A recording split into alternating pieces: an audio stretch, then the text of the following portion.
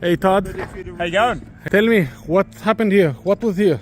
There was some rubber What tubing big job. on this side of the roof. The customer's putting up more solar PV system. They still wanted to heat the pool. An option was to put in a heat pump, but with no pool cover, it wasn't viable.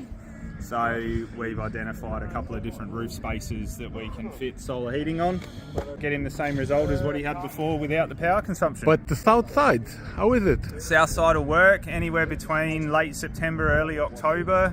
Has the same result as what being on the north side does if we add about 10-15% more area of collector. Wow, We've only got half the system on the south here, so minimal difference. beautiful. And there is another part for this installation? Yep, flat roof adjacent to the pool over here.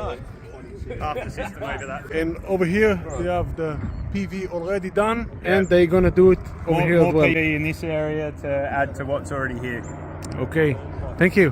No worries.